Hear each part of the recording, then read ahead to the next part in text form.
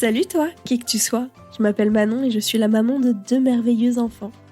Je ne sais pas toi, mais moi, quand j'ai appris que j'étais enceinte, je me suis posé un bon million de questions. Puis, plus les étapes de ma maternité s'enchaînaient, plus les questions s'accumulaient. J'ai eu la chance de tomber sur une communauté qui a su me répondre, me rassurer et surtout me montrer la diversité des situations, et c'est ça que je veux t'offrir aujourd'hui. De comment gère-t-on l'acquisition de la continence à comment être une mère dans une société patriarcale, en passant par l'arrivée d'un nouvel enfant dans la famille, l'entrée à l'école, la gestion des crises, laisse-moi t'inviter dans la diversité des parentalités. Parce que le savoir, c'est le pouvoir, mais aussi ce qui permet parfois de mieux traverser nos doutes et d'encore plus profiter de nos joies. Je te souhaite la bienvenue dans Première Couche. Avant de commencer, j'aimerais te parler de 2 choses importantes. Tu peux réagir à cet épisode avec tes remarques, commentaires ou questions via la plateforme SpeakPipe en enregistrant un ou plusieurs messages sur speakpipe.com/première couche, tout attaché. J'y répondrai dans des épisodes bonus. Aussi, j'ai besoin de toi. Pour que ce podcast continue de s'améliorer, viens me rejoindre sur Tipeee pour le soutenir financièrement et avoir accès à des contreparties exclusives. Allez, place à l'épisode. 9 mois pour vivre une grossesse, 9 mois pour créer la vie. Bon, en réalité, entre 8 et 9 mois serait une meilleure indication. Mais qu'est-ce qui se passe quand la grossesse s'écourte brutalement ? Qu'est-ce qu'on ressent ? Qu'est-ce qu'on va vivre ? Comment traverser cette épreuve ?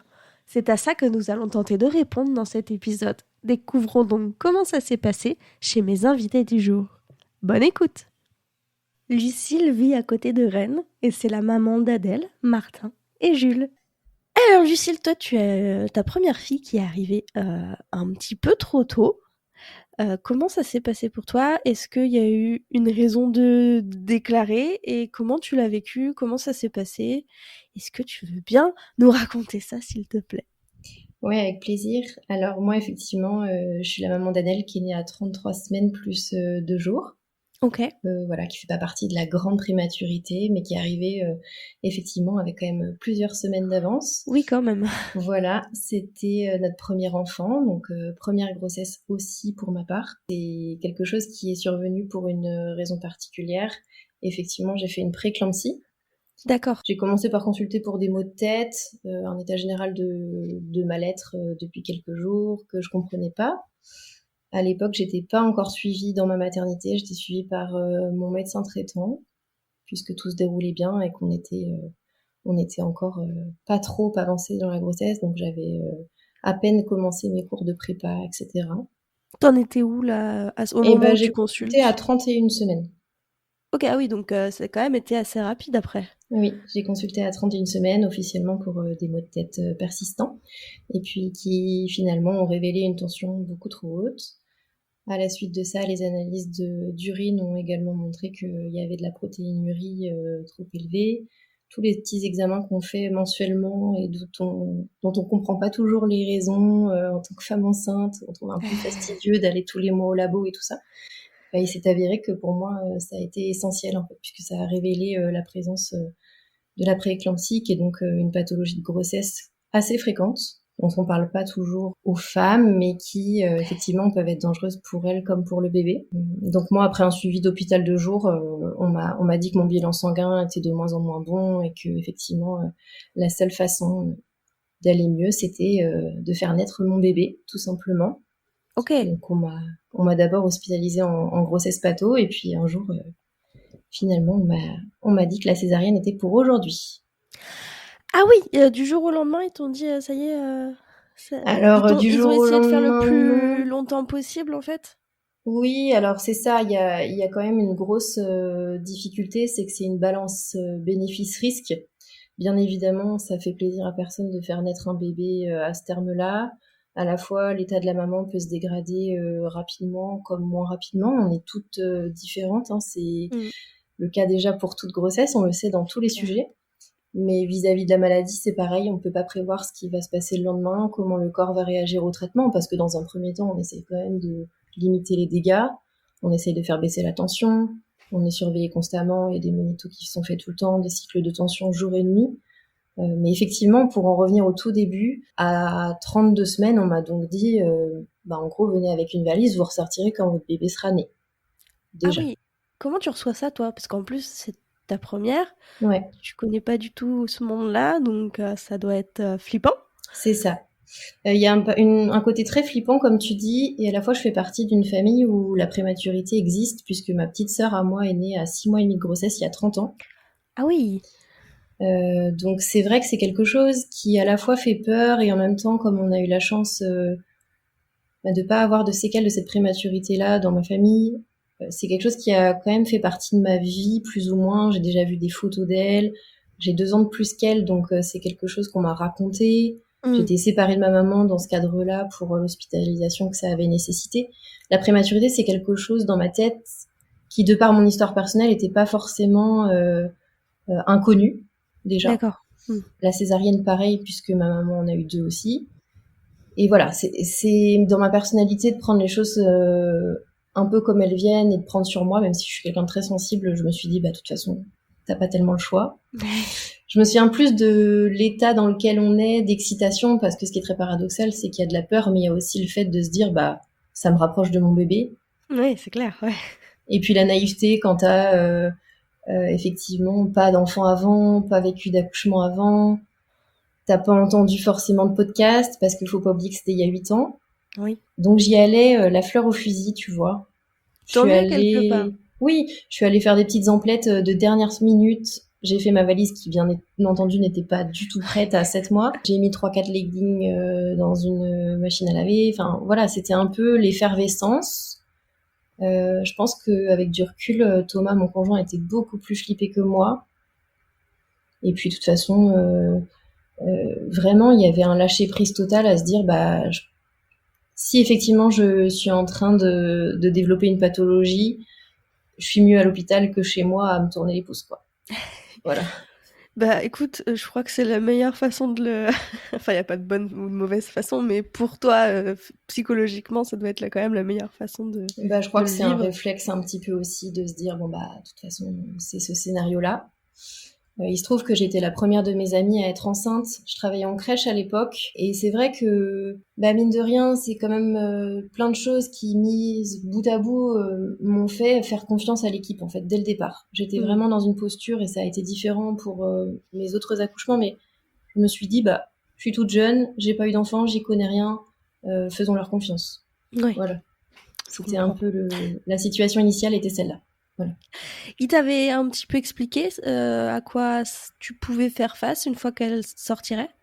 Oui, alors en fait, les choses se sont accélérées très rapidement parce qu'effectivement, au téléphone, on a pris des pincettes. Je pense que tant que les analyses n'étaient pas certaines, on m'a fait comprendre que j'allais rester jusqu'à la naissance, mais moi, j'étais un petit peu dans l'optique de rester des semaines en grossesse patho.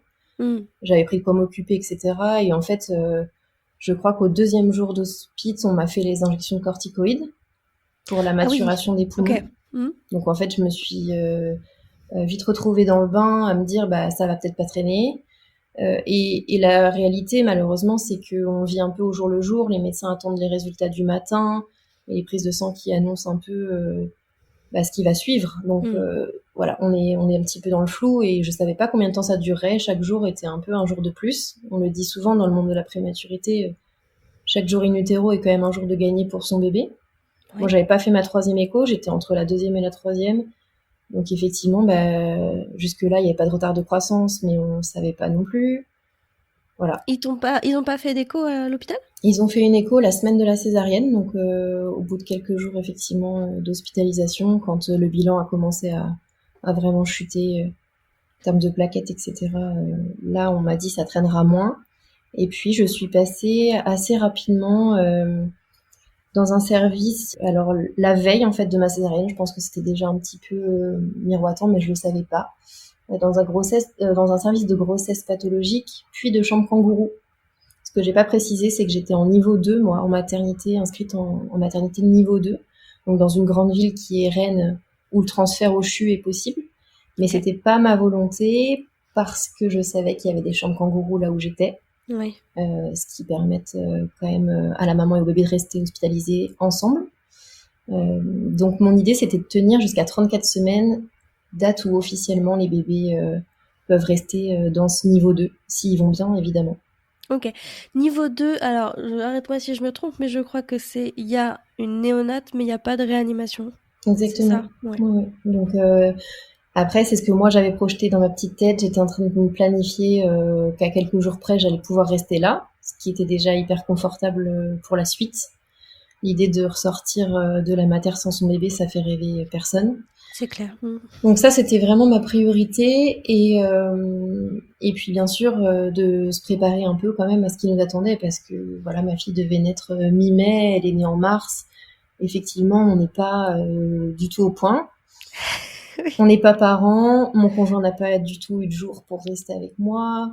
Enfin voilà, c'est tout un monde quand même qui change du jour au lendemain. Donc voilà, mais ils m'ont bien préparé, oui, pour te répondre. Ils nous ont fait quand même visiter les locaux. On a aussi rencontré des parents de préma dans la chambre d'à côté, ce qui est quand même très rare. C'est chouette. Enfin, c'est génial. Pas qu'il y ait d'autres prémas, mais c'est carrément c'est précieux de pouvoir c'est à souligner échanger. Parce que je crois qu'effectivement dans ces cas-là on est assez hermétique à la parole des soignants. En tout cas moi j'étais quand même dans un état où je vivais les trucs à ma façon, et ce qu'on te dit, ce qu'on projette sur les jours prochains, sur l'état de ton enfant, déjà ce ne sont que des suppositions, et en plus de ça, de là à visualiser à quoi ressemble un bébé né à ce terme-là, à quoi va ressembler ma journée en néonate avec mon bébé, il n'y a rien de plus concret que de le voir avec une autre maman, et puis on sait combien le partage est riche entre nous. Donc, c'est pas moi qui vais te dire le contraire. C'est ça. Je t'avoue que sur le coup, je l'ai vécu de manière très fluide, et puis maintenant je regrette un peu, tu vois, de ne pas avoir pris le temps de la remercier ou de prendre ses coordonnées. Enfin, c'est des choses sur le moment qu'on vit comme on peut, un peu dans l'instant. Mais elle avait accepté que je vienne la voir, alors que son petit bout, tu vois, avait quelques semaines, et c'était chouette parce que la veille, donc, on a vu que notre bébé allait ressembler à un petit bébé, mais que c'était un bébé qu'elle pouvait toucher, qu'elle avait sur elle en peau à peau. Il y avait un allaitement qui avait été possible. Donc tout ça, ça m'a mis aussi dans un mood différent. Et tout de suite, on s'est dit, voilà, ça va ressembler à ça. On ne sait pas quand ça va arriver. Mais donc, ce jour-là est arrivé le jeudi 17 mars. Et effectivement, ça faisait 6 jours que j'étais à l'hôpital. Ok. Donc, tu as accouché avant 34? Ouais, j'ai accouché à 33 plus 2. Et je suis restée dans cette mater. Parfait. Parce que ma fille, cette warrior, allait très bien. Et puis voilà, il y a aussi, j'imagine maintenant des choses qui m'échappent, mais un contexte, il y avait sûrement de la place, elle allait très bien, on était tout près du CHU s'il y avait besoin de transférer. Bon, je suis quand même partie au bloc avec 2 pédiatres dans la salle. Voilà, c'est quand même pas rien. Hein. Ça fait partie mathématiquement des tout petits bébés qu'ils accueillent. En fait, c'est les plus petits bébés qui puissent accueillir dans ce service. Donc forcément, tout le monde était sur le pont. C'est impressionnant. Mais voilà, pour te dresser un petit tableau. Ok. Donc toi, ils t'annoncent le matin que tu passes au bloc. Ça se passe bien, la césarienne? Ouais. En vrai, moi, j'étais à bout physiquement, parce que ce qu'on dit pas, c'est que la prééclampsie, ça peut aller très vite. Et encore là, moi, dans mon cas personnel, ça a mis plusieurs jours à flamber, mais voilà, maintenant, je connais d'autres histoires de mamans qui ont fait des prééclampsies, et ça peut aller vraiment très vite. Donc, c'est vrai que les signes, ils sont importants à prendre en compte, notamment cette sensation de petite mouche devant les yeux, l'hypertension, des choses qu'on comprend pas, mais qu'on ressent. Voilà, il y a des mamans pour qui c'est en une journée l'accouchement. J'ai une amie qui a été césarisée l'après-midi, donc tout est relatif dans mon cas, mais oui, on m'a dit le matin, c'est pour cet après-midi, le bilan est trop mauvais.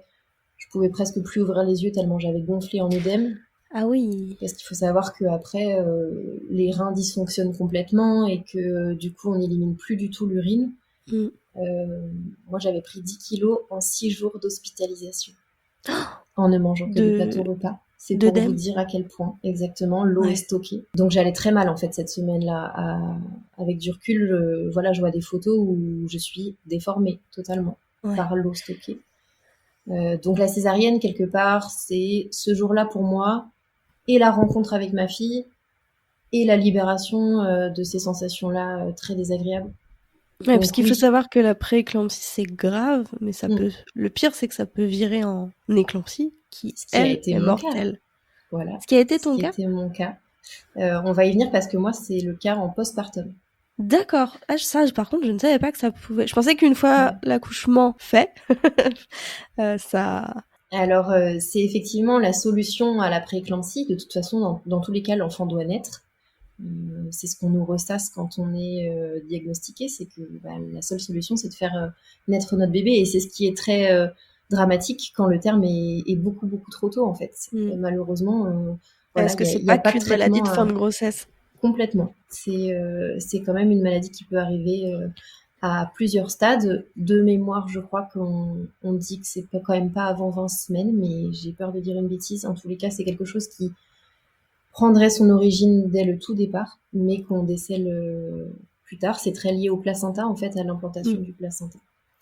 Et à un mauvais dysfonctionnement des échanges par la suite, que ce soit les échanges en oxygène ou en alimentation. Donc, c'est nécessaire en tout cas de faire naître l'enfant, mais cette césarienne s'est bien passée. Après, la suite, un petit peu moins. Mais ma fille est née à respirer seule, donc j'avais eu les 2 injections de corticoïdes la semaine précédente. Elle avait un poids très raisonnable, elle pesait 1,8 kg. Oui, ouais, oui, pratiquement. Enfin, je suis pas médecin, donc je saurais pas dire, mais Non, mais on là, comme ça, approche je me d'un dirais bébé des que 2 à kilos, donc cet âge-là, oui. même visuellement, c'est quand même un stade où voilà, c'est impressionnant, hein. Je vais vraiment pas nier le truc, mais je sais que pour moi, c'était pas du tout ce que j'avais en tête. Voilà, on comptait pas en grammes.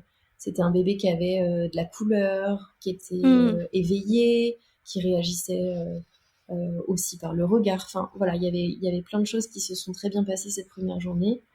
On est resté en peau à peau, par exemple. Je suis pas allée en salle de réveil. Je suis dans une clinique où on nous a installés dans une chambre, dans une salle de naissance finalement après la césar. Donc on a été observés en peau à peau pendant plus de 2 heures, ce qui est quand même très chouette vu le terme. Il n'y a Oui. pas eu de couveuse fermée. Voilà, bien sûr, il y a eu des choses mises en place pour elle par la suite et pour moi, mais on n'a pas du tout été dans une séparation traumatique, dans une césarienne mal vécue. Elle a pleuré, ils me l'ont présenté tout de suite. Voilà, C'est génial. il y a eu des choses mises en place. Bon, c'était une matière avec le label Ami des bébés, mais vraiment pour le contexte, on va dire que les choses se sont bien déroulées. Voilà. Oui, c'est vrai que quand on prend en compte tout ce qu'il y a autour. Et du coup, tu dis que ça s'est bien déroulé au début et après, ça s'est dégradé. Voilà, c'est le mot Ouais. que je cherchais, dégradé pour toi, mais aussi pour elle? Non, pas du tout. Que pour toi? Ma fille, elle n'a fait que monter en flèche, et c'est toujours le cas. Mais moi, effectivement, c'est ce que je te disais au tout début. En fait, l'histoire de la balance bénéfice-risque, elle est compliquée parce que, pour faire très simple, j'espère que les médecins ne seront pas heurtés par ce que je vais dire, mais en gros, il y avait les gynécologues qui voyaient mon état à moi et qui forcément allaient plus vers une césarienne rapide. Je parle pas de la raison de la césarienne, mais en fait, on m'a tout de suite dit, vous n'êtes absolument pas dans un état d'accoucher par voie basse. C'était hors de question. Et effectivement, je n'arrivais à peine, je te dis, à ouvrir mes yeux. Je pouvais pas mettre mes lunettes seule. Enfin, et il m'avait vraiment poussé pour que ma fille puisse gratter encore quelques jours. Et voilà, il y avait en gros le clan qui disait que j'allais mal et qu'on allait finir par vraiment prendre des risques inutiles. De l'autre côté, il y a l'intérêt du bébé, le fait qu'il faut que les corticoïdes agissent, que le bébé prenne des forces parce qu'on lui fait aussi vivre une naissance qu'il n'a absolument pas demandé. Souvent, quand je parle de naissance prématurée, on me dit ah elle était pressée de venir. Et en fait, je leur réponds pas du tout, elle a rien demandé. Moi, j'étais malade et on l'a sortie de là sans aucun signe précurseur. Donc voilà, c'est un bénéfice-risque mère-enfant, malheureusement. Et dans mon cas, je pense que on a poussé un petit peu, ou en tout cas le lendemain, pile 24 heures après sa naissance, mon état s'est vraiment vraiment dégradé. Et j'ai fait donc un HELP syndrome, qui est la complication de cette prééclampsie, Est-ce qui que est tu la peux fameuse. expliquer ce que c'est? Ouais, je vous envoie quand même vraiment vers une association qui est spécialisée sur la prééclampsie, qui s'appelle Grossesse Santé en France, qui est Je une note. mine d'or, que ce soit pour des informations, des conseils, des témoignages, le fait de trouver des mamans concernées par la prééclampsie. Il y a toutes les situations et toutes les histoires. Encore une fois, c'est mon histoire aujourd'hui, mais il y a aussi des mamans qui ont vécu des drames liés à ça, qui ont perdu leur bébé, il y a plein de choses qui peuvent vous permettre de trouver des ressources. Donc, Grossesse Santé, c'est vraiment une association que je vous conseille autour de la préclampsie. En gros, c'est l'état qui se dégrade totalement et notamment des organes. Donc, ça peut toucher le foie, les reins également. Et puis, c'est un état général voilà, qui est complètement catastrophique avec une chute des plaquettes, une chute de tension. Moi, j'ai perdu connaissance de très longues minutes et ça peut survenir après.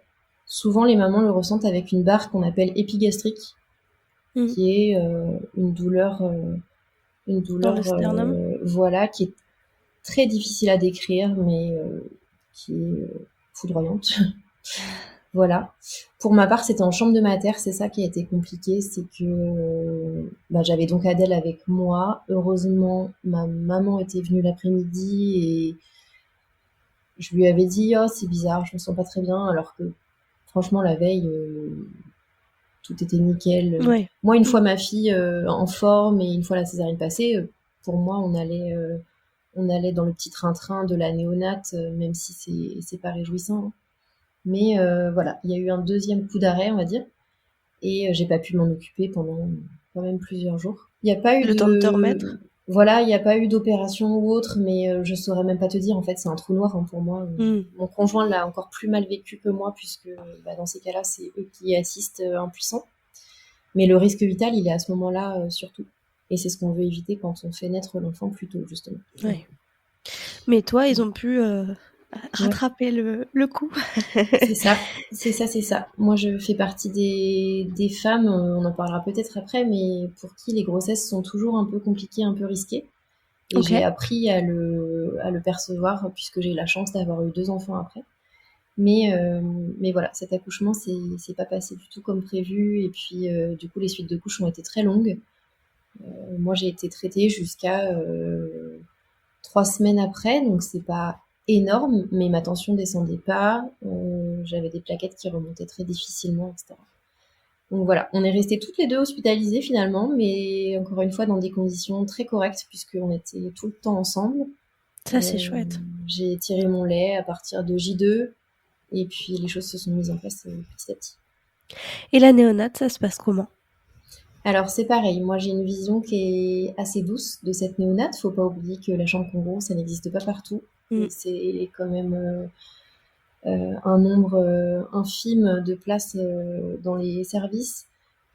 Moi, j'ai vécu la néonate comme une bulle, puisque déjà les visites étaient très limitées, ce qui est normal.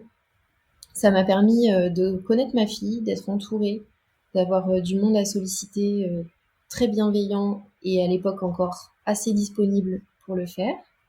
Est-ce qu'ils sont pas un petit peu plus disponibles pour des Ouais, situations comme les vôtres en unité kangourou? J'imagine qu'il y a un peu plus de personnel encore complètement. aujourd'hui. Oui, moi j'ai du coup ce recul puisque j'ai accouché les 2 fois suivantes sans néonate. Oui. Et effectivement, on a ce luxe d'avoir des personnes qui sont juste à côté, qui sont là pour plein de raisons. Elles sont là bien sûr pour prendre soin de l'enfant, de la maman, puisqu'il y a aussi bien sûr nos suites, mais elles sont aussi là dans un cadre rassurant dès qu'il y a le moindre souci, puisque faut pas oublier qu'on a quand même un scope dans la chambre et des petits fils et des petits bruits et des petits bips. On devient parent dans ces contextes-là. Voilà, les petites bradycardies, les petites apnées, les bébés qui s'endorment un peu, qui oublient de téter, Oui. qui ont un souci de sonde nasogastrique. Enfin, voilà, il y a plein de petites choses pour lesquelles les soignants sont plus disponibles effectivement qu'en mater et qu'on peut solliciter jour, nuit. Moi, j'ai vraiment appris à être maman là-bas. J'ai créé un lien tout de suite avec ma fille et c'est en partie grâce à l'équipe. Oui, parce qu'en plus, j'imagine qu'une chute d'hormones dans ce contexte... Alors déjà, une Mm. chute d'hormones, c'est difficile. Mm. Une chute d'hormones dans ce contexte, ça doit être hardcore aussi. Et elles sont un peu Ouais. plus là pour vous, moralement. Ouais. Moi, j'ai trouvé qu'il y avait beaucoup de disponibilité. Bien sûr, toutes les équipes sont différentes. Et puis, il y a aussi beaucoup d'écart entre les générations en termes de formation, etc. On le sait, hein, de conseils parfois très ambivalents. Mais n'empêche que voilà, j'ai allaité ma fille. Après tout ce qui s'était passé, c'était pas gagné. Elles m'ont énormément épaulée, soutenue, écoutée, pas jugée. Enfin, il y a eu quand même beaucoup de bienveillance autour de nous. Et puis je pense qu'elles avaient été un peu choquées de ce que j'avais fait aussi, puisque voilà, hein, c'est à base de brancards, de portes qui claquent, de l'alarme là quand les sages-femmes D'urgence. sonnent. Exactement. Ma fille, elle a été mise à la porte avec mon conjoint dans le couloir d'une seconde à l'autre. C'est des situations qui marquent. Hein. Enfin voilà, j'ai encore des contacts avec les filles de l'équipe, elles le disent. Hein. C'est des situations qui sont particulières. 8 ans après, ouais. Ouais, parce que j'ai accouché 2 fois après au même endroit. Ah, Et c'était que au j'ai même refait endroit. des Ok. scénarios catastrophiques. Donc forcément, elles se souviennent du dossier. Mais en vérité, ça compte énormément. Ce que tu dis, c'est précieux parce que, en vérité, tout ce qu'on vit, on le vit d'une manière totalement différente, qu'on soit écouté et respecté ou pas. On le sait. Oui, ça c'est clair. Et dans mon cas, j'avais beau vivre quelque chose d'assez traumatique, et bien, puisque j'étais écoutée et respectée, je le vivais pas trop mal. Le contre-coup, il est venu beaucoup plus tard. Beaucoup Comme plus quoi. tard. Plus de personnel, plus de... Complètement. Mais bon, on le sait, Mm. que Ouais, s'il y ouais. avait beaucoup plus de moyens, il y aurait beaucoup plus de choses qui se passeraient mieux. Qui seraient... Alors non, peut-être pas qui se passeraient mieux, qui seraient mieux vécues. C'est ça, c'est vraiment le ressenti et la perception des choses qui changent. On me dit toujours quand je raconte la naissance d'Adèle, mais comment t'as fait, mais c'est horrible, etc. Moi, honnêtement, j'ai pas ce ressenti. Alors, bien sûr que je me rends compte de la gravité des choses. J'ai lu depuis des histoires qui s'unissaient dans des drames terribles. Je sais à quoi j'ai échappé. Mon conjoint a été très longtemps marqué par ça. Oui. C'est évident, les faits, ils sont là. Mais à la fois, moi, le ressenti, il est toujours lié à un regard, à la voix d'une soignante, à la main qu'on pose sur moi, aux soins qu'elles ont pris de m'emmener à d'elle quand je pouvais toujours pas me lever, euh, de ma parole écoutée quand je disais que j'avais trop mal, des choses qu'elles ont mises en place pour que je puisse allaiter parce que c'était un souhait, pas pendant la grossesse, mais au vu du contexte. J'ai eu beaucoup d'acharnement dans cet allaitement parce que Ah oui. c'était une revanche, je pense, sur ma fin de grossesse. Ça a été mon moyen de faire quelque chose, puisque je pouvais pas forcément bouger, me mobiliser comme je voulais. Je la changeais pas, je donnais pas son bain. Voilà. Mon tir allaitement au tout début, ça a été mon cheval de bataille. Et ça, elles l'ont entendu, elles l'ont compris. Donc ça a tout changé sur la perception du séjour. Et t'es sortie au bout de enfin, vous êtes sortis en même temps, Oui. déjà. Oui. Vous êtes sortis au bout de combien de temps ? Je dis tout le temps, on est rentrés en même temps, puisque in utero, et on est sortis en même temps. C'est la grande chance que j'ai. Hein. Moi, j'ai eu des permissions de sortie sur les derniers jours. Donc, j'allais faire un resto avec Thomas et on revenait le soir comme des parents. C'était trop drôle. Ah. Mais oui, je suis rentrée chez moi uniquement avec elle. Donc, elle est née le 17 mars. On est sortis le 8 avril. Ah oui, quand même, sacré... Ce qui est relativement court hein, pour des parcours de néonates de parents qui restent 2-3 mois. Mais oui, c'est pas un séjour de maternité classique, rien à voir. Ouais, j'imagine. Du coup, ça faisait en termes... Alors, elle devait naître le 11 mai, donc je connais plus les dates, mais tu vois, elle est sortie bien avant son terme. Oui, et un peu avant le 37, et ça même. Oui, enfin, oui. On est sorti à 2 kilos tout rond. Ok. Avec un tout petit bébé. Ah oui, j'imagine les vêtements devaient être un Ouais, peu grands, même en taille ça. préma. C'est ça. Après, honnêtement, je dis ça, c'est toujours bien épaulé, bien suivi. Il y avait des puéricultrices qui venaient à la maison, qu'on avait connues dans le service et qui sont venues encore plusieurs jours à la maison après, vérifier que l'allaitement se passait bien, que le retour se passait correctement, qu'elle prenait du poids, que moi je me sentais bien. On n'est pas lâché dans la nature. Hein. Quand je dis retour avant 37, je sais que c'est pas possible dans tous les cas. Encore une fois, ma fille n'a eu aucune complication, il faut le redire. L'idée, c'était qu'elle respire seule, ce qui était le cas dès la naissance, et qu'elle s'alimente seule. En fait, l'idée, elle était surtout là, qu'elle prenne son poids. Et comme je voulais allaiter exclusivement, ils sont d'autant plus regardants qu'on ne connaît pas les quantités données. Bien évidemment, dans le cadre d'une prématurité, c'est encore plus surveillé. Donc, on avait les fameuses tétées pesées, un peu stressantes, mais voilà, on est rentré dans ce contexte avec aussi un suivi PMI qui a duré quelques semaines quand même. Et c'est là que le contre-coup est arrivé. Oui, Oui, du oui, coup, c'est oui. ce que j'allais dire. Tu parlais tout à l'heure d'un contre-coup que tu as eu plus tard. Ouais. Il est arrivé combien de temps après votre Alors, rentrée? il y a eu plusieurs phases, hein. Je le dis souvent, c'est quand même un parcours qui laisse des traces. Moi, je suis plutôt du style à dire tout va bien, on va bien. Les proches aussi le disent dans ce genre de naissance. Bah, tout va bien, tu vois, vous avez beaucoup de chance, tout s'est bien passé. Et effectivement, dans les premiers jours, dans les premières semaines, je voyais ça. Je me disais, bah, ma fille va bien, je vais bien, on passe à autre chose, quoi. Ouais. Et en vérité, on le sait tous, le corps se souvient de plein de trucs, la tête les perçoit aussi parfois avec beaucoup de retard, malheureusement.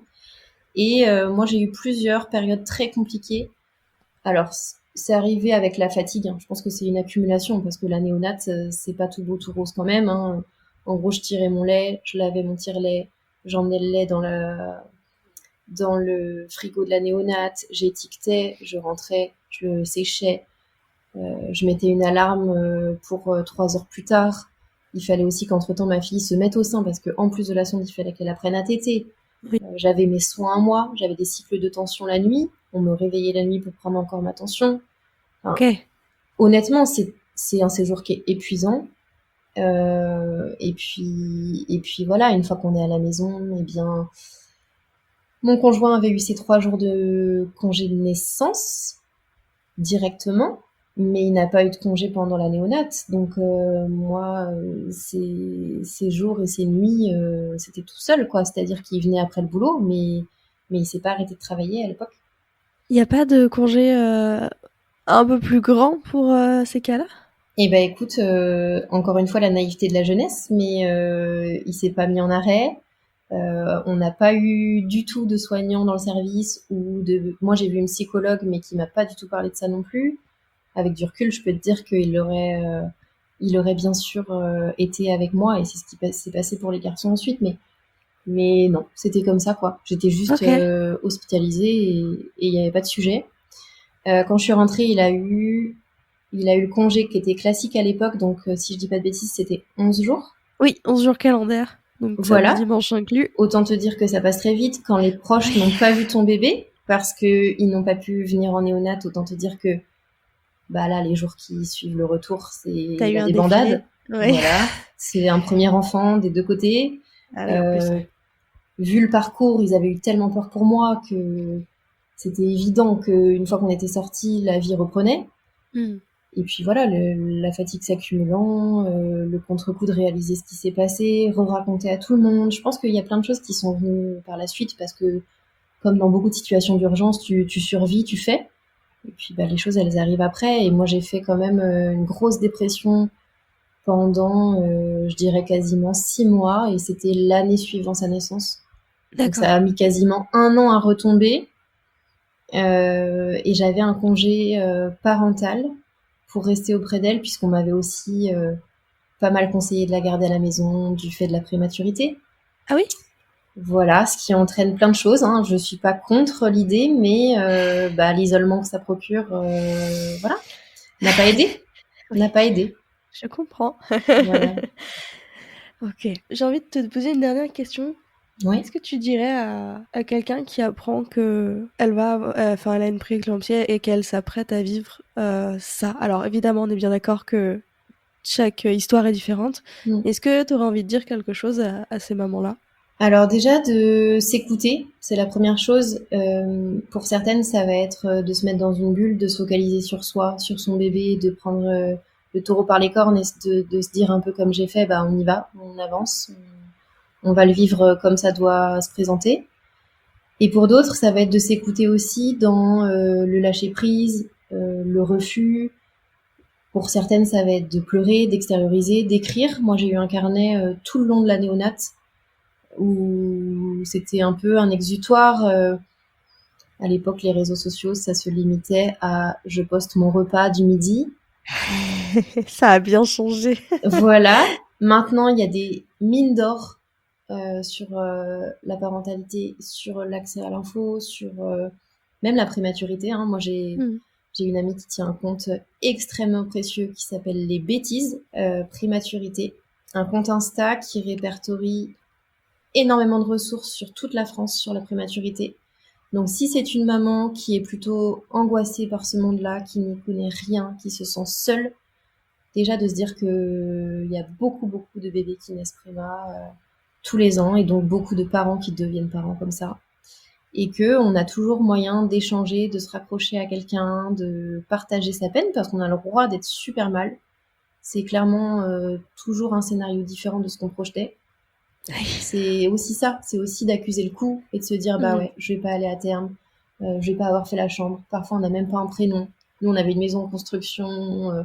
Enfin voilà, c'est quand même tout un schéma qui s'effondre. Hein, et puis la terreur parfois de pas savoir comment son bébé va aller.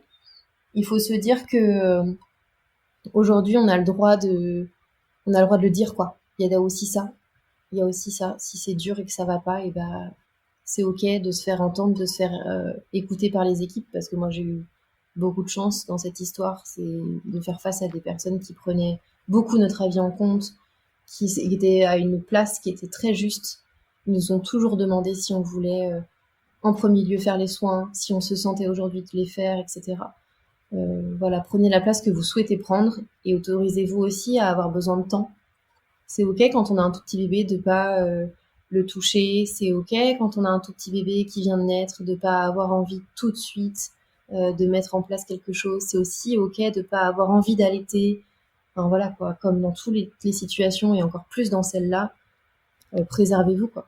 Écoute, je peux pas faire meilleure conclusion que Se ça. préserver, voilà, prendre des forces pour la suite. Parce que quand on a un bébé prématuré, on a un bébé qui demande beaucoup, beaucoup d'attention, qui forcément, alors dans mon cas, a beaucoup compensé la fin de la grossesse qu'on n'a pas eu ensemble, ou alors c'est moi qui ai compensé, ou les deux. Mais voilà, en gros, j'ai eu un bébé très, très, très, très porté et collé à moi, et douloureux aussi, parce qu'il y a aussi des histoires de digestion, enfin... Ouais, Bref, après... écoutez-vous, préservez-vous, prenez des forces pour les mois et les années qui arrivent. Il y aura plein de moments merveilleux, mais il faut être en forme. Pauline nous parle depuis l'Italie et c'est la maman de 2 petites filles. Avant de parler de la gestion de la prématurité en elle-même, est-ce que tu peux nous donner un petit peu le contexte de son arrivée en fanfare? Et qu'est-ce qui s'est passé? Est-ce que tu sais pourquoi elle est arrivée plus tôt, tout ça? Enfin, je sais que tu sais, mais voilà. Enfin, est-ce que tu peux raconter le contexte avant de parler de prématurité proprement dit? Ok, du coup j'étais enceinte de 34 semaines et bon, ben, à ce moment-là on sent pas mal de coups en fait dans le ventre. Oui. Et cette journée-là, je sentais un peu moins de coups, je sentais un peu moins de mouvement. Je me disais bon, ça arrive, etc. Mais on stresse très vite quand on est enceinte. Ça, c'est clair. Et je me suis dit, on nous dit toujours d'y aller plutôt que de rester sur un gros stress. Et du coup, je suis allée aux urgences. Du coup, comme je m'inquiétais, mais je m'inquiétais pas trop, du coup, j'ai attendu que ma première fille soit couchée pour y aller pendant la nuit, à la soirée. Du coup, je suis partie à 21h de chez moi. Quand je suis arrivée au niveau des urgences, j'étais là: «Oh quand même j'exagère, je vais leur faire perdre du temps, tu fais ça juste Ouais. parce que tu la sens quand même un peu», tu vois? Genre, peut-être que c'était une journée, il fait chaud, tu as eu pas mal d'émotions parce que c'était la rentrée des classes de ma première fille. Du coup, voilà quoi, c'était On se dit tous et ça, voilà, on se une fois dit tout qu'on y est. ça et du coup, bon, allez, vas-y, je me lance, je je dis bonjour, en italien, donc que je sens un peu moins ma fille, du coup, on me fait passer au niveau des urgences, je me fais appeler, je passe le test Covid, je passe, les petites, formalités, puis je vais, ils me mettent dans une chaise, roulante pour m'apporter jusqu'à l'autre bout complet de l'hôpital. Il faut Ah prendre ouais. genre 2 ou 3 ascenseurs, passer par des couloirs, souterrains, parce que c'est très particulier Pratique. les hôpitaux, les hôpitaux ici dans ma ville, parce que c'est très grand, mais comme c'est souvent à dos de montagne, et ben c'est sur plein d'étages. Du coup, c'est des dédales et des dédales de couloirs et d'ascenseurs. Ah, faut Bref, pas une grosse urgence quand même, hein? non, non, non, mais c'est-à-dire que c'est plus simple que de faire marcher parce que, c'est Oui. tellement compliqué qu'en fait, c'est plus simple pour eux de te faire rouler, quoi. Mmh. J'arrive dans le service, maternité, on commence par faire, une écho, 2-3 checks par rapport à mes documents. J'ai tout apporté avec moi, bien sûr, pour faciliter la tâche. On regarde un peu, l'écho, il passe pas mal de temps, mais il parle pas trop. Il me dit que, tout va bien, mais que, il y a juste un petit check à faire, au monito. Mais en général, ils font toujours l'écho puis le monito quand tu passes aux urgences. Du Ouais, coup, je comme m'étais en dit: «Oh, France, ouais. c'est bon alors, ça va». J'ai été un peu trop, stressée, mais il m'avait dit vite fait qu'il y avait un truc au niveau du cœur. Mais bon. Et du coup, on passe au monito et en même pas genre, 2 minutes, ils sont là: «Non mais là, tu vois, il y aura» en pointant le monito entre, alors je sais pas trop si c'était une sage-femme, une infirmière. Le docteur, je sais que c'était un obstétricien, mais alors, il ne se présente pas Ah! en C'est Italie. pratique. Je n'ai jamais su qui était qui. Génial, ça donne confiance, c'est bien. C'est juste je sais qu'il y a des gens, je sais que ce sont des du personnel médical, mais je n'ai aucune idée de leur grade ou de leur fonction. Du coup, je ne sais pas si c'était une, sage-femme qui s'appelle, obstetrica quoi ici, du coup, ça fait genre, tu as l'impression que ce Oui. sont des médecins obstétriques, mais en fait, non, ce sont des sages-femmes ou une infirmière, du coup, je ne le saurais jamais. Et du coup, ils sont en train de se parler avec un air inquiet et du coup, ils me disent: «On va faire une césarienne d'urgence». Et Direct? voilà. Oui, direct. Ah oui! Et c'est tout. Ça, c'est juste, en fait, il s'est passé 1 heure. Et tu as pas d'explication, rien? Ils me disent, genre, il y a un truc avec le corps, je ne comprends pas parce qu'avec le stress d'ailleurs, je ne sais toujours pas ce que c'est parce que j'ai complètement un bloc mental, sur le Ah truc. ouais? Mais en gros, c'était il y avait une descente, des battements de cœur, où c'était irrégulier, je ne sais plus. Mon copain sait exactement tout par cœur parce qu'il a regardé tout l'internet sur le sujet, mais alors moi, malheureusement, je ne peux rien dire. Je sais qu'il y avait juste un truc. Pour être honnête, quand ils m'en ont parlé au début, j'ai cru qu'elle avait une malformation au cœur. Ah oui. Du coup, je croyais qu'elle avait genre, une autre systole ou un truc comme ça. Alors là, tu me parles chinois, mais Voilà, non, mais j'avais l'impression qu'il y avait genre il me disait qu'il y avait genre une autre cave, ouais, après dans le cœur ou un truc comme ça, j'étais là: «Oh mon Dieu, mais qu'est-ce qui se passe?» Je ne comprenais pas. En fait, c'était juste, un battement du cœur ou irrégulier ou qui baissait à certains moments. ouais, pas ouf, quoi.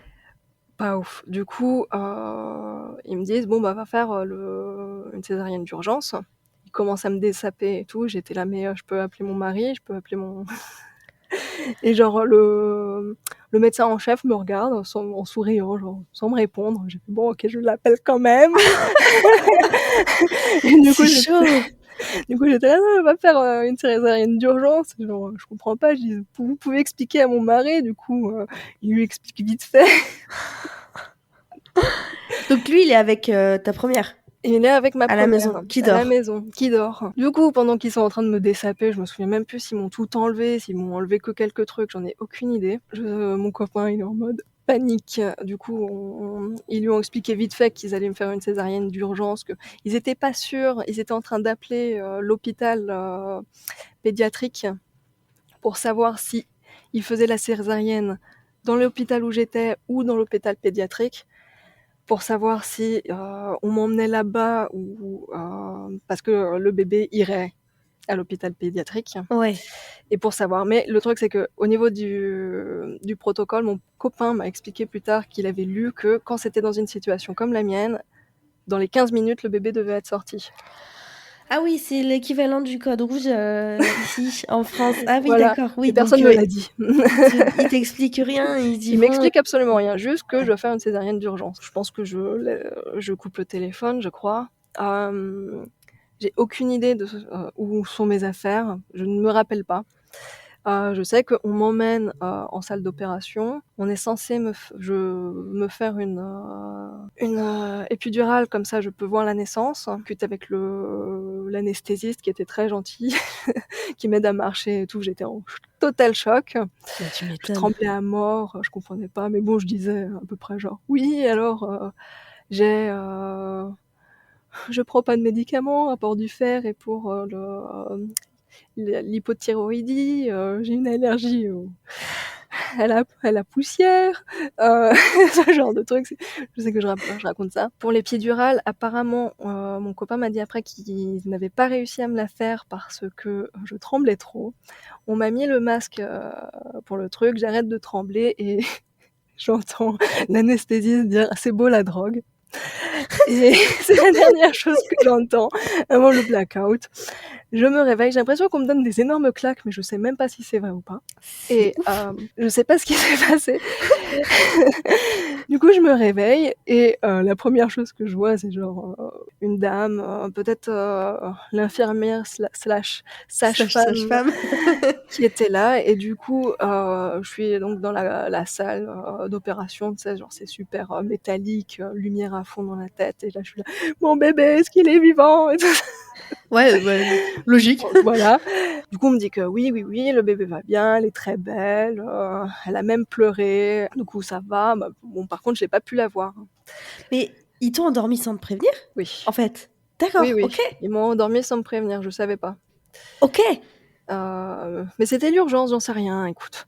Ou Ouais. peut-être qu'ils l'ont dit, mais je je crois qu'ils Tu l'ont pas en dit ouais. et du coup, après ça, bah, on m'emmène en chambre où, ils me passent sur la table, après ils me passent par une sorte de franchement, le design de la pièce, le c'était boucherie.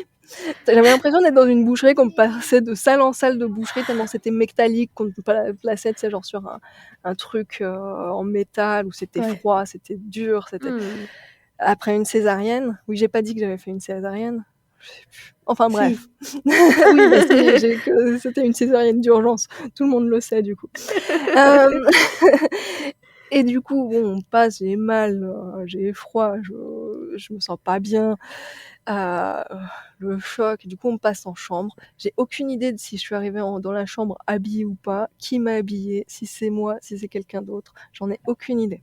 Et ah si, dans le couloir, avant d'arriver dans ma chambre, dans le couloir, je vois du coup, mon copain. Du coup, je saute entre mari et copain parce qu'on n'est pas mariés, mais c'est plus facile de dire mari que, copain en italien. Du coup, je Je dis copain, mari, je saute, hein, Ça marche pas mais de toute on façon. n'est pas mariés.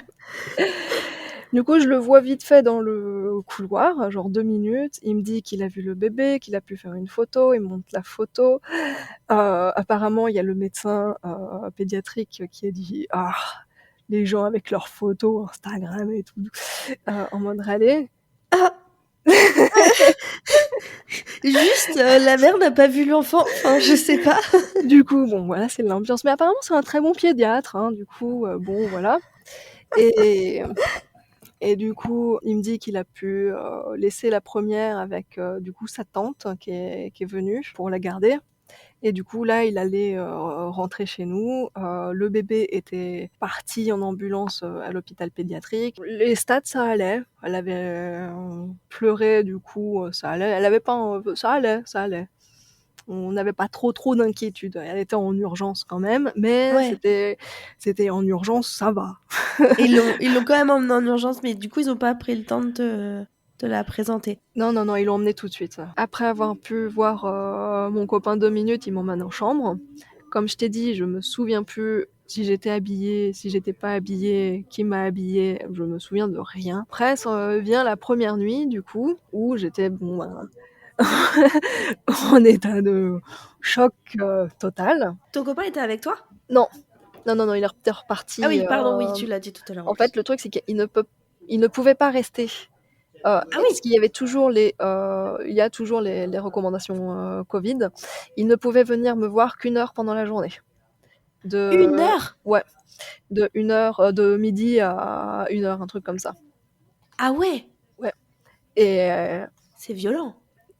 c'est violent, mais le truc qui est au moins positif, c'est que, j'étais pas avec, je n'avais pas à m'occuper de bébé parce qu'il y a des femmes qui accouchaient ici, qui, du coup, avaient leur bébé avec elles.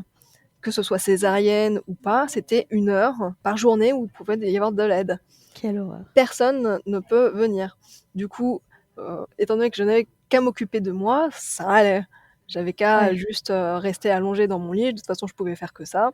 J'avais pas à m'occuper d'un bébé, en moins. ouais. Dans le Voilà, malheur, c'était le c'est côté positif de la chose, ouais. c'est que, je j'avais pas ce stress de devoir m'occuper d'un bébé après une césarienne, ou un accouchement, je pouvais entre les 2 naissances, je pouvais beaucoup moins bouger, pour ma deuxième fille, après la césarienne. Je sais pas si c'était le côté choc qui a beaucoup joué. Mais voilà, je pouvais à peine me lever le premier jour en tout cas. Voilà, pour la première nuit, j'étais en mode choc ultime, on nous diront.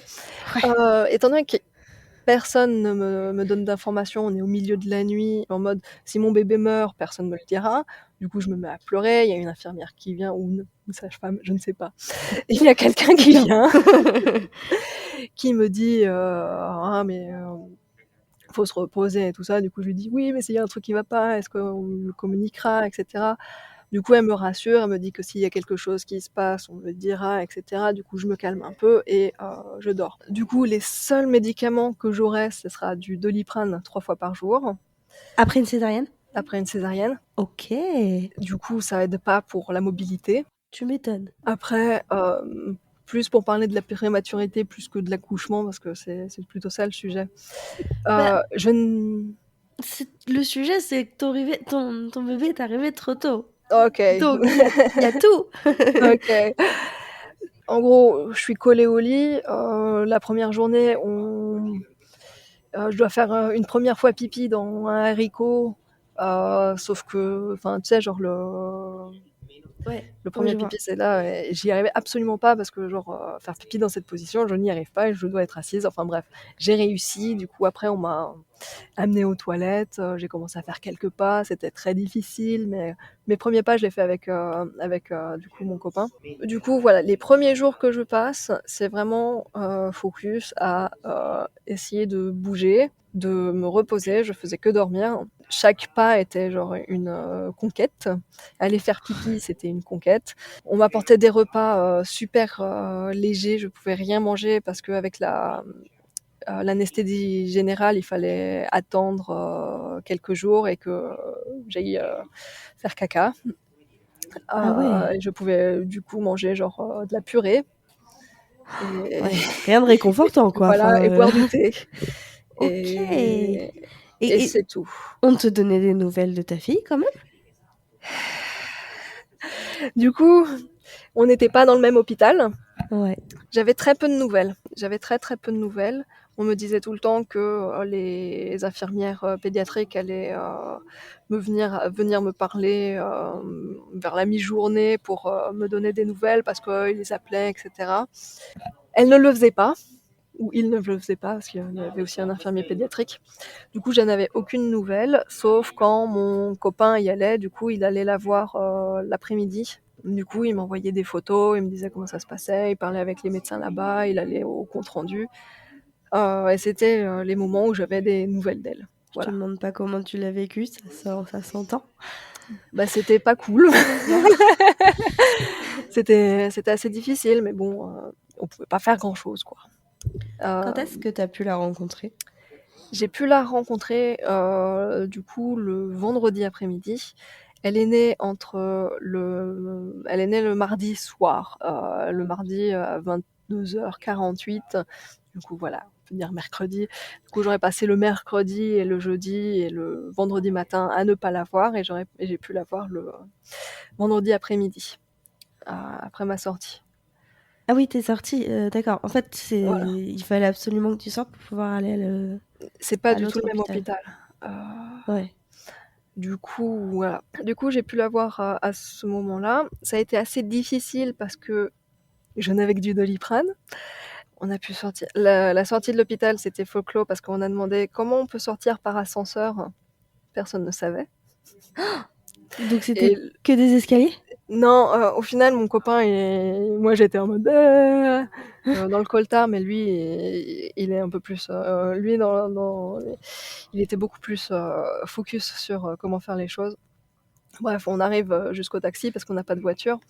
On va à l'hôpital pour enfants, qui est lui aussi sur une grande côte. Du coup, il faut marcher, il faut monter, etc. Très très compliqué quand tu n'es pas très mobile et que tu as une cicatrice de 15 cm dans la ventre. Ouais, j'imagine, ouais. Et bon, du coup, on y va et je peux enfin la voir. Je peux y aller que toute seule parce que on peut y aller qu'un seul parent à la fois. Je sais pas si c'est les mesures Covid ou si c'est les mesures De néonate. de néonate. Ouais. Peut-être un peu les deux. Et du coup, je la vois pour la première fois. Et là, Du coup là, ça fait un petit choc. Parce que déjà, tu vois ton bébé après 3 jours. Le côté néonate où tu as plein de petits incubateurs. Du coup, ils sont transparents. Tu as plein de bip bip bip dans tous les sens. Parce que tu as tous les bébés qui sont accrochés à plein de capteurs, de machines, etc. Du coup, voilà, elle est dans un incubateur. Elle est très belle, je suis très contente. Par contre, elle avait, quand mon copain m'a envoyé des photos, elle avait un tube pour respirer, du coup, au niveau du nez. Et quand je suis arrivée, elle avait un masque sur la bouche et c'était visuellement assez flippant. Même si c'était une amélioration par rapport au tube qu'elle avait avant, c'était un masque assez flippant. Du coup, j'étais là, bon, je vais peut-être pas faire de photos parce ça me fait peur ce masque. Enfin, j'en ferai quelques-unes pour montrer à mon copain après. Ah, c'est impressionnant. Et c'était assez impressionnant. Tu dois rester debout en fait pour pouvoir la voir parce que l'incubateur est assez haut, sauf que j'avais super mal à cause de la césarienne. Ouais. Et j'arrivais pas à déplacer la chaise qui était super lourde. Vraiment super lourde, c'était impossible de la pousser. Du coup, j'ai dû demander à quelqu'un. Encore là, personne ne m'a dit qui était qui, où est-ce que je pouvais demander des questions. Voilà, j'avais aucune information sur voilà. Sur C'est rien. fou ce si peu de communication. C'est assez extraordinaire dans un sens. Il n'y avait aucune information. Je ne savais rien. Moi, ça va, je peux tirer mon lait ici parce que oui, j'en ai pas parlé, mais j'ai lancé l'allaitement deuxième jour ou le premier jour, la première soirée, je pense. Du coup, le mercredi soir, j'ai lancé l'allaitement en tirant mon lait avec un tire-lait électrique. Toutes les 3 heures? Toutes les 3 heures, sauf la nuit où je faisais une pause. Je faisais une pause pour un tirage. Du coup, ça faisait 6 heures de pause. Et du coup, en fait, je m'asseyais là et je tirais. Et du coup, en gros, j'ai passé les 18... ma seconde fille, elle est sortie 18 jours du coup après la naissance. Et du coup, j'ai passé 2 semaines à aller à l'hôpital la voir. Du coup, 1 heure de trajet parce que l'hôpital est à 1 heure de transport de chez nous. Toujours avec tes Doliprane? Voilà, du Doliprane, exactement. Ce que je faisais, c'est que mon copain amenait ma première fille à l'école. Moi, je me préparais, je tirais du lait à 9h du mat. Après, je prenais le train pour aller voir du coup ma fille en néonate. Je tirais du lait là-bas pour les midis. Non, pas tout de suite. Je faisais une petite pause, du coup je la voyais, il était genre 10-11 heures. Je tirais du lait, j'essayais de la faire téter / biberon. Je mangeais quelque chose, je retournais la voir. Et puis après je retournais chez nous et je vaquais à mes occupations avec ma première fille. Comment réagit ta première fille à tout ça? Bien. Tant mieux. Je pense que ça a été assez compliqué pour elle, même si elle a pas trop montré, mais ça a été assez compliqué parce que c'était son premier jour d'école. Le premier jour d'école, elle va à l'école tranquille. La nuit, je disparais et après, elle a continué à aller à l'école. C'était très compliqué au niveau organisationnel parce que l'école en Italie, pour la première année de maternelle, ils te disent on va faire 1 heure tous les jours. Ah oui. Voilà, on va faire 1 heure et puis si ça va mieux, elle pourra faire la première matinée. Et puis on a mis 2 semaines, je crois, à réussir à faire accepter aux enseignantes de la faire manger à l'école Oh et la vache. faire l'après-midi. Heureusement, on est très bien entouré par la famille de mon copain, parce que ma famille est en France. On est très bien entouré. Il y avait la mère de mon copain et sa tante qui nous aidaient énormément à garder la première fille, la chercher à l'école, nous faire à manger, des trucs comme ça. Ça, c'est chouette. C'était super. Honnêtement, super. Je comprends.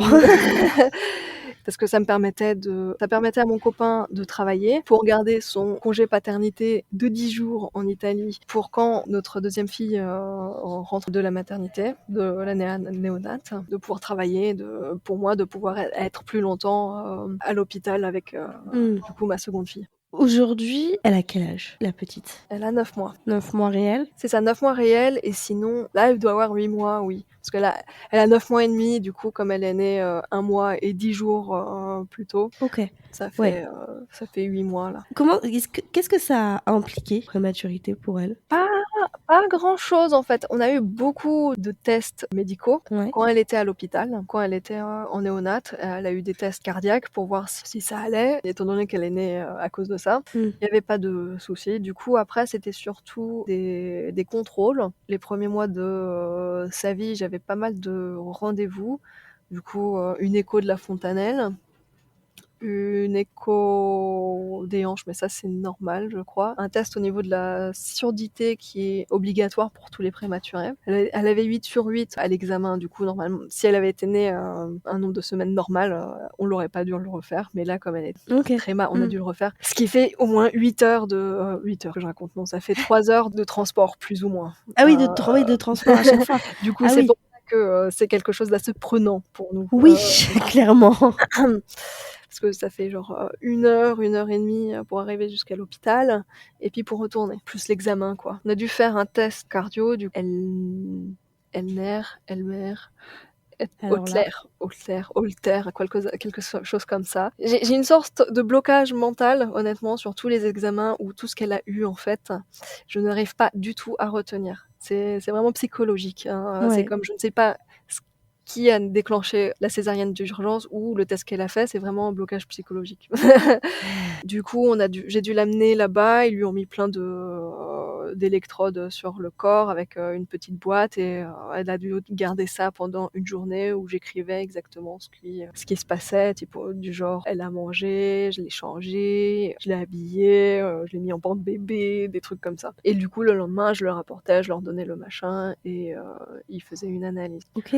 Du coup, ça, c'était les premiers mois de sa vie. Je pense que ça a fait genre, 4 examens médicaux, dans le genre, mais c'est tout. Après au niveau ce qui a changé, pas grand chose par rapport à sa sœur qui est née à terme. Ouais. À part qu'elle dormait énormément et que ça me stressait énormément parce que j'étais là: «Mais pourquoi elle dort autant?» Et voilà, c'était juste, un bébé qui dort.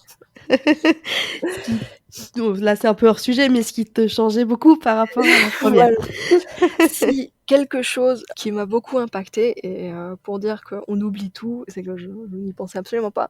On était très stressés pour le poids et pour le fait qu'elle prenne assez avec l'allaitement. Parce qu'on devait vérifier qu'elle prenne bien de poids, comme elle était petite. Bon, pas si petite que ça à la finale. Elle est née, elle faisait 2,3 kg.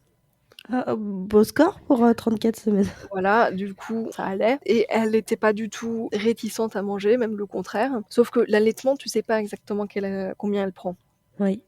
et du coup, on a été un peu psychotés sur, ça, à faire des doubles pesées avant, après, l'allaitement pour voir s'il fallait complémenter avec le biberon. C'était très fatigant parce que je faisais allaitement, tirage et biberon Waouh! Mais tout et ça parce que c'est un stress qui est venu de vous ou c'est les médecins qui vous ont dit, un peu des 2. Il fallait qu'elle prenne, X, millilitres toutes les 3 heures selon les médecins. Ah oui, OK.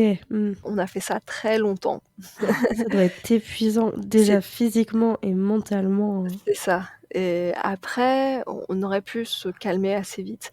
Mais c'est juste qu'à un moment, on s'est dit: «Oh, elle a pris très bien avec, juste l'allaitement, on peut laisser tomber les biberons» et elle a un peu moins tété sur ce moment-là. Du coup, elle avait pas pris tant que ça de poids. Du coup, on a juste continué et Mmh. du coup, ça nous a un peu stressés. Mais on va dire, bon, elle est née en septembre, genre, elle est née le 20 septembre. On a arrêté de la peser genre en janvier. Ah ouais, quand même, ouais. Voilà, on a été assez stressés. Bon Bah, après ça se comprend. elle est rentrée chez nous genre, en octobre, mi-octobre. Elle est rentrée chez nous le 8 octobre. Du coup, on va dire, on a mis, 3-4 mois à faire ça. Ce qui est énorme en fait, quand on y pense.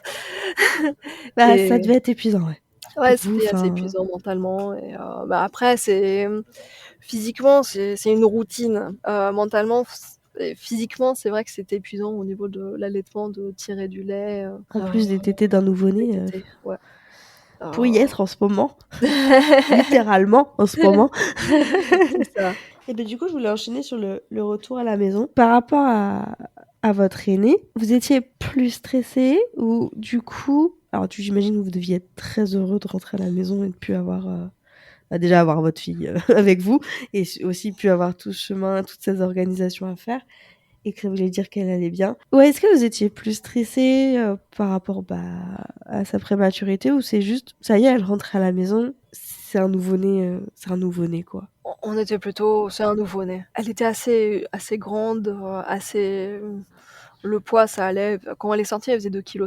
C'était pas vraiment le format trop petit, je dirais. Parce que je vois à l'hôpital, il y avait un autre bébé, il faisait 40 cm.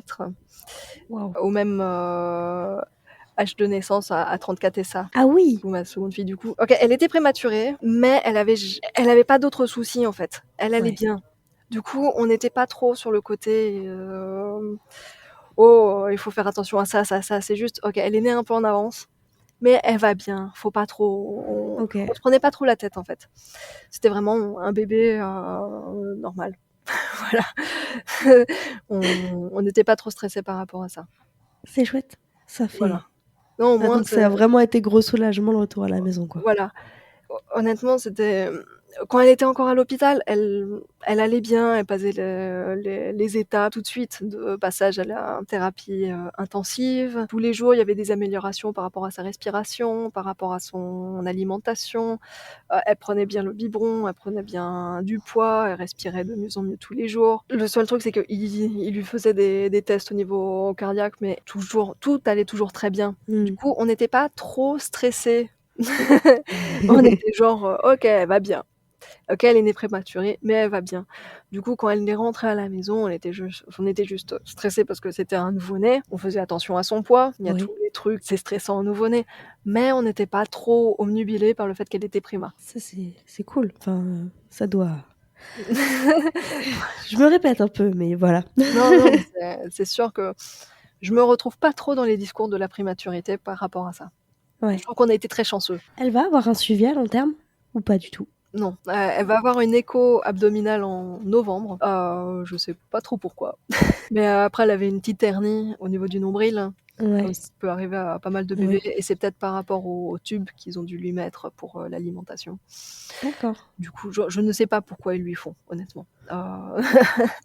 Je ne sais pas, je ne sais rien. Voilà. Donc, et toi, t'en as fait une... T'as tout blackouté le plus possible. Exactement. Tu penses travailler ça un jour ou tu vas laisser ça comme c'est, ça te va? Ça me va, honnêtement. Comme je t'ai dit, je pense honnêtement qu'elle va bien. Ok, l'accouchement, c'était traumatisant, mais voilà. Si j'ai un doute, je demande à mon copain sur ce qu'elle avait, en fait. Ouais, t'as ton copain en backup. Voilà, c'est ça. Pour la prématurée, par rapport à mon aînée, ça l'a pas trop traumatisée, je pense. On lui a expliqué que le bébé, elle était à l'hôpital, elle ne pouvait pas la voir, mais on lui montrait des photos quand même, et elle était très contente quand le bébé est arrivé. Ah, tu m'étonnes. Donc ta grande a rencontré sa sœur que le jour où elle est sortie? Et oui. Ah oui. On pouvait pas amener les bébés, les enfants à l'hôpital, du coup. Oui, c'est logique, mais du coup, j'y avais pas pensé, effectivement. Voilà.